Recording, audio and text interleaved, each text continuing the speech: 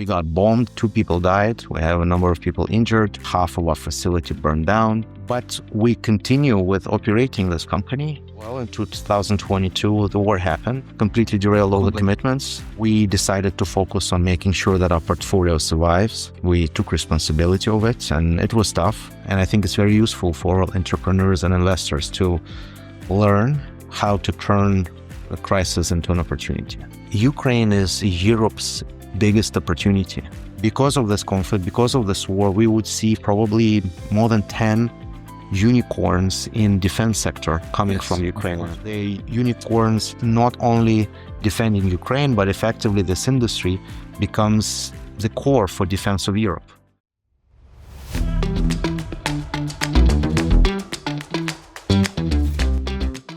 Well, welcome to the Red Share.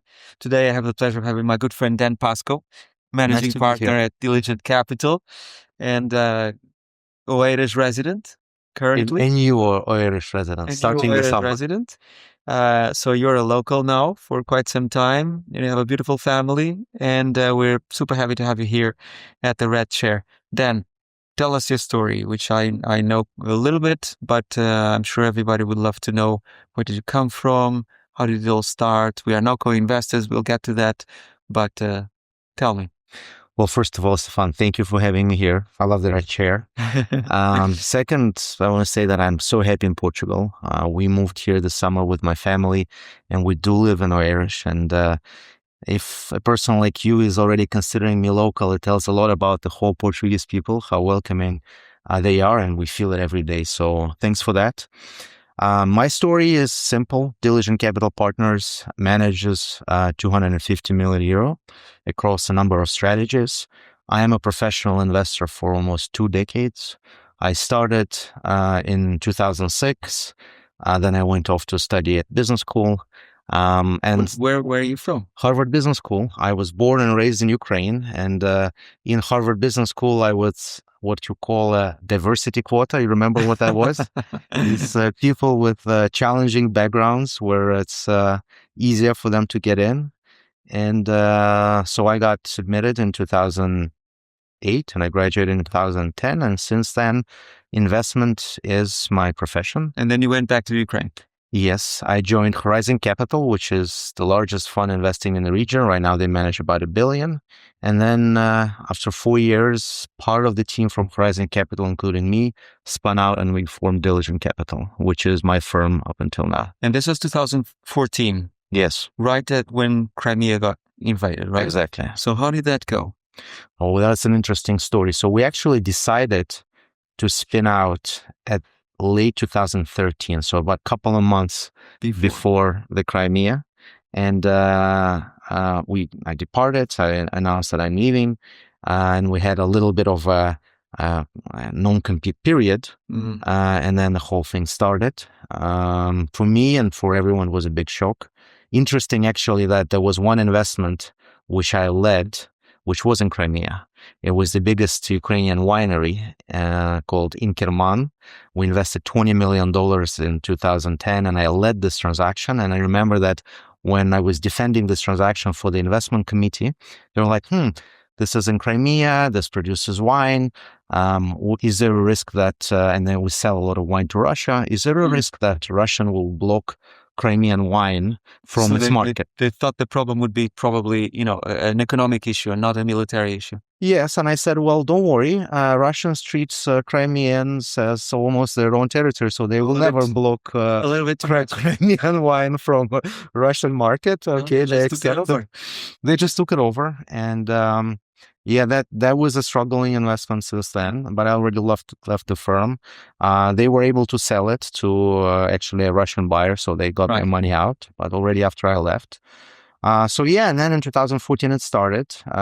It impacted our plans. Of course. I actually started advising Ukrainian government, and I became an advisor to the prime minister, advisor to the president, in parallel for us to actually reassembling things and making sure we can start fundraising. And I think it took us some time to fundraise, and I think the first real investment was in 2016. So a couple of years until we're really starting to deploy capital. Fundraise first-time funds and every other fund, really. How did you fundraise? Was it mostly locally, or did you manage to fundraise internationally? We actually succeeded with receiving an anchor investment from a developmental financial institution called FMO, which is effectively a Dutch semi-government entity. And the way it happened is we would never be able to do it if not our history from Horizon Capital and the relationship with FMO. And they didn't see us as a first-time team. They saw it as, okay, we know this team, we trust them, we invested with them at Horizon, we like their pipeline, and I think the pipeline was something which really excited them, and it pretty much said, hey, it will take you a while to raise a proper fund, why don't we set a separate pocket with you, we will allocate 50 million to invest with you on a managed account basis, where you'll be able to capitalize on the pipeline you have through us, and then slowly you will start adding other investors. And we were very lucky.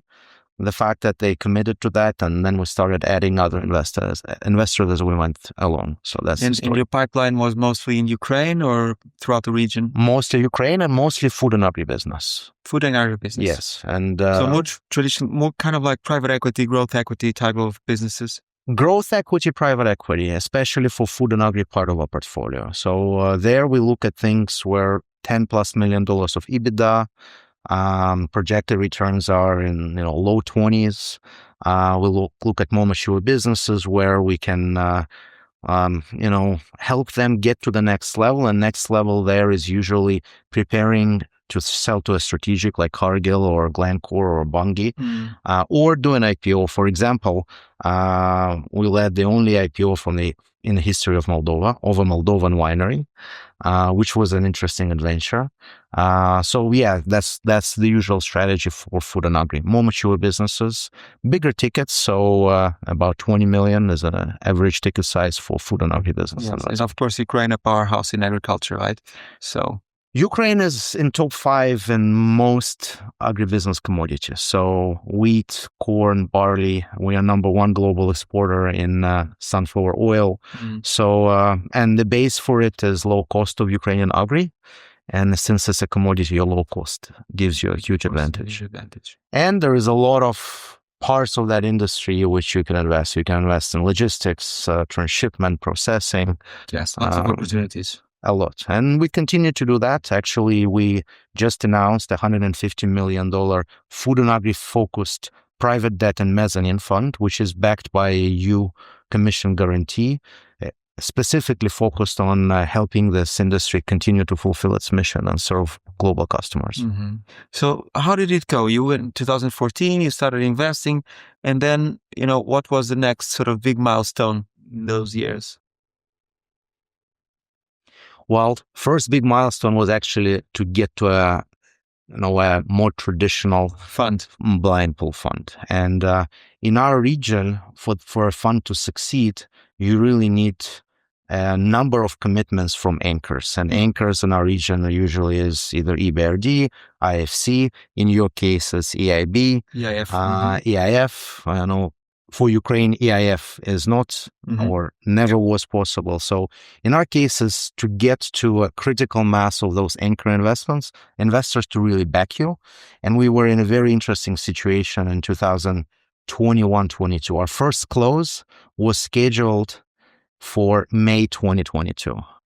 I think the target there, and the first close was around 100, but the target was 250. And we already had most of the commitments from the DFIs. And what happened? Well, in 2022, the war happened. In February, right? Was it beginning of February? February 24, the full-scale invasion happened. And did that affect the commitments? How did that go? Completely derailed all the commitments. We decided to focus on making sure that our portfolio survives. We took responsibility of it, and it was tough. It still is tough. For example, we have quite a sizable investment in the Odessa port. It's a transshipment operator for sunflower oil and a big crusher of soybeans, sunflower, and rapeseed. We got bombed significantly at the end of last year. We have 2 people died. We have a number of people injured. We have half of our facility burned down. So that's the realities of operating in Ukraine. But we continue with operating this company, although people died and although part of the facility was destroyed. We maintained core of the facility. We still crush. We still transship. We still fulfill the mission. So that's the current realities. Let's see how what the future presents to us. Hopefully, get better than rather than getting worse.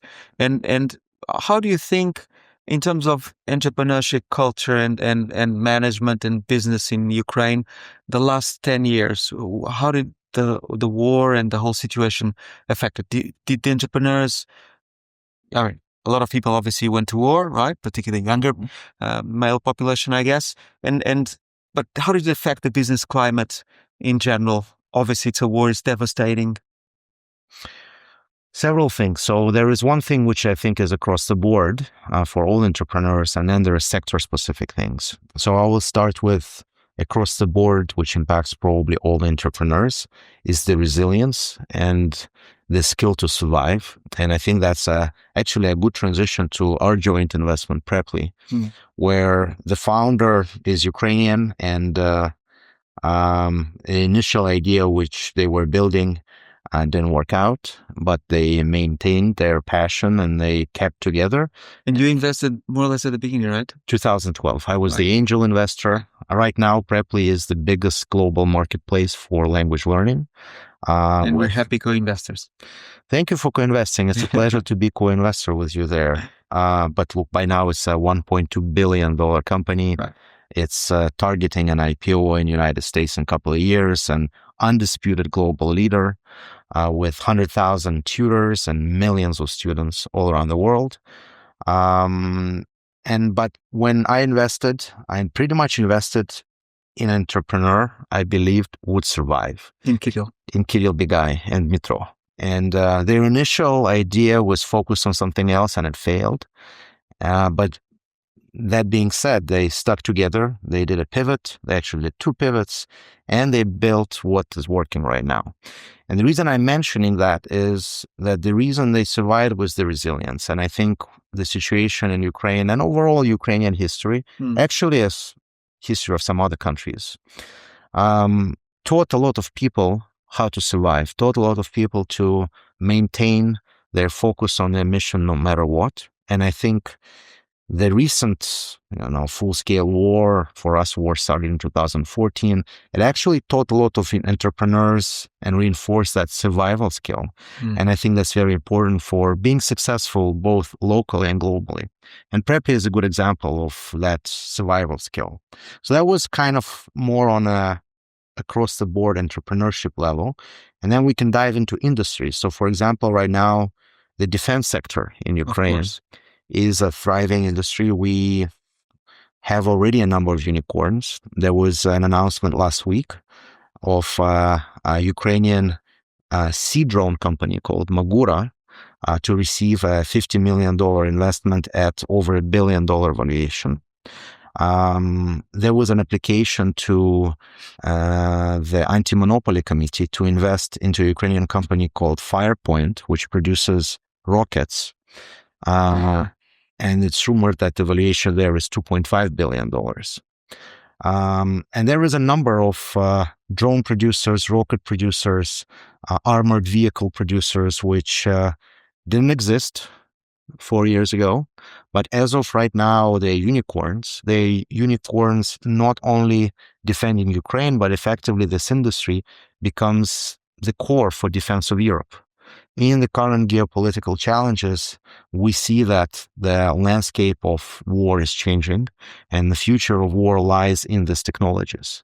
Rocket technologies, drone technologies, both in air, on sea, and on land. And in Ukraine, there's probably, I gave you just 3 examples, but you usually know that if there is 3 public examples, there is at least, 30 more others which are coming or not known yet. So my assumption is that because of this conflict, because of this war, we would see probably more than 10 unicorns in defense sector coming from Ukraine. Because you're at the forefront, unfortunately, of the whole thing, and so the need provides for the intelligence to get to work and produce these great companies, right?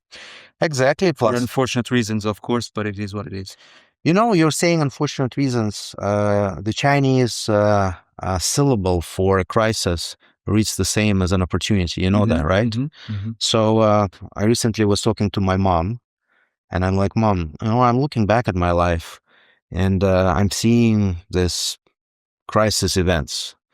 The death of my father when I was 17, the takeover of Crimea in 2014 when I just started Diligent Capital. Yeah. Then this full-scale invasion in 2022 where we almost were closing a fund. But even though those crises were here, I'm looking at my life right now. I'm happy, I'm healthy, I'm not poor.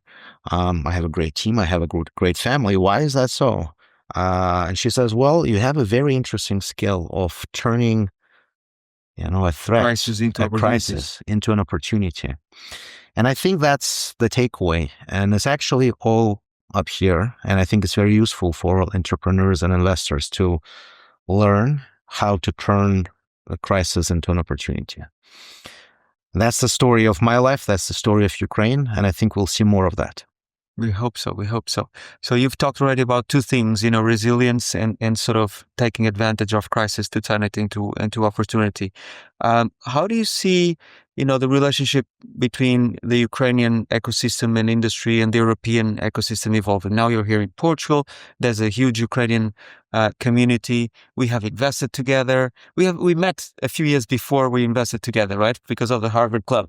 But finally, we found an opportunity to do something together, and I have another one in my mind right now, after what you just said. But how do you see this relationship evolving? With Ukraine getting closer and closer and more intertwined with Europe, with Europe. I think Ukraine is Europe's biggest opportunity, to be honest. And if you look at history, and if you try to learn some lessons from those history, you can actually see examples of that. Poland right now is for Europe what Ukraine will be for Europe in a few years. You see that Poland right now is economic powerhouse. You see that Poland right now is a defense powerhouse. In some cases, it's actually the powerhouse of values and rule of law, democracy. I believe that Ukraine will play similar role for Europe in the next decade. Number one. Number two, this entrepreneurial spirit. There is a lot of those conversations that Europe lacks unicorns, that Europe lacks this global companies. And I think that's true. And there is maybe a number of reasons for that. But I think this combination of Ukrainian entrepreneurial spirit and the spirits of resilience of Ukrainian entrepreneurs who will be now integrated into this whole European ecosystem is a great combination of resources and markets which Europe provides, and the ambition of the Ukrainian entrepreneurs, which are right now mobile, which are right now already here, which right now already know the language. They can talk to local people. There is no borders. There is no customs barriers. So in my view, that will present an amazing opportunity both for Europe and Ukraine. Three, I think this defense collaboration. I already talked about the defense community in Ukraine, but now let's shift gears to Europe. Let's shift gears to this hundreds of billions of dollars which Europe decided to invest in its own defense. Let's look how this relationship with the United States is shaking in terms of United States providing the defense umbrella for Europe, and Europe realizing that it needs to build its own defense industry. And that's like a marriage made in heaven. Resources which Europe can provide, and the technologies and already existing infrastructure which Ukraine has, I think. And actually the number of those companies are collaborations. Like, for example, we almost invested, and I actually bite my fingers that we didn't, into a German-Ukrainian company called Quantum Systems. They're building surveillance drones, and they've actually invited us to invest when they were opening a facility of production in Ukraine. And I think At the moment, they invited us to invest. Their last round was something like $250 million valuation. And because some time passed, they asked for something like $300 million valuation. I'm like, I can co-invest at 250, 350, maybe too much. Recent announcement was 1.5 billion or something. And that's an example of co-production between, German and Ukrainian entrepreneurs. And I think we'll see more of that in the defense sector. And I think to conclude, I think there is a lot of things to do in food and agri. I think so far, Europe was very defensive about not allowing Ukrainian food and agri entrepreneurs, companies, products to its market. I think that's a mistake. I think Europe should. It's a huge opportunity. It's a huge opportunity. Right. Yeah, I think you will see, examples of companies like MHP, which is the largest chicken producer in Europe, coming out of Ukraine, building on this cheap commodities from Ukraine and converting them into chicken, and then selling that chicken all over the world. And if Europe changes that and actually integrates, I think we will see a lot of those vertically integrated companies which supply commodities from Ukraine, produce value add both in Ukraine and Europe, and export globally. It totally makes sense. Very good. Dan, so what other things, let's talk about a little bit about Harvard Business School. When you look back, were there things that you think stuck with you? And I know you're a big fan of the school. Did you like going there? What happened? For me, it was a life-changing experience. Likewise. I'm sure for you too. Look, when I was going there, I was a small Ukrainian entrepreneur with a little understanding of, an industry where I built a little company, very regional, etc.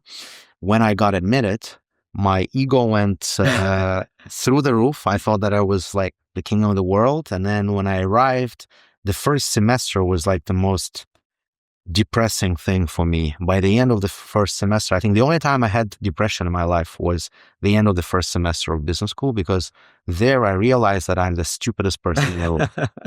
I saw the peers are quite impressive. I saw those investment bankers, McKinsey guys from the United States, doing Excel model with one finger, and I'm like, wow. They're talking endlessly for whatever is the subject, right? Whatever subject they can talk, I'm trying to say a comment and I'm failing. So I felt completely. You're getting cold. Yes, this was a nightmare. Pasko, what do you have to say? That was a nightmare. So by the end of the first semester, that was like, oh my God, I'm the worst, I'm the stupidest person here, and I need to do something about it.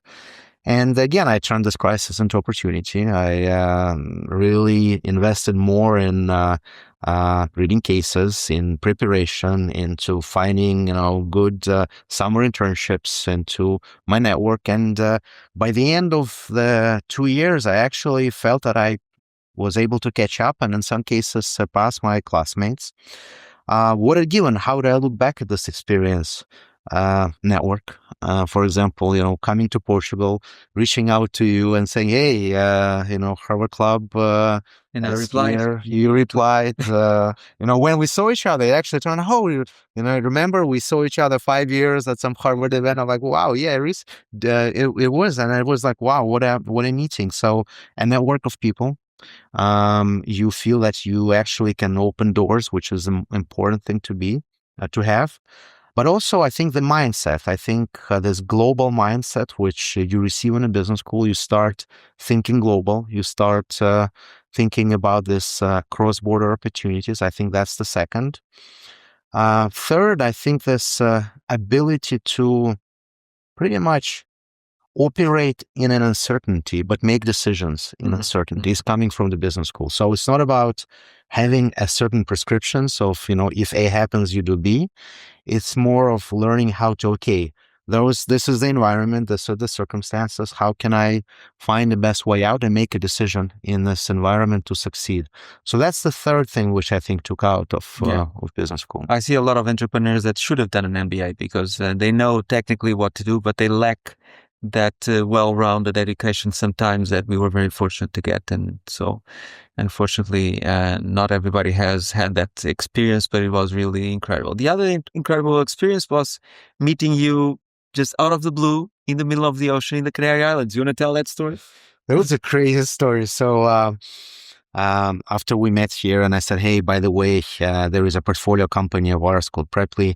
It's very interesting. It's preparing for an IPO. Do you want to invest?" You started looking at it, and me and the founder of Preply, we decided to go to Canary Islands to celebrate his wife's birthday, and we're there celebrating his wife's birthday, and it's in the middle of this round, and he shares with me how the round is going. And he said, "Hey, by the way, with Stefan, thank you for initiating this conversation. He's a great guy. There is some concern, coming from him in terms of closing this round." So I kind of scratched my head.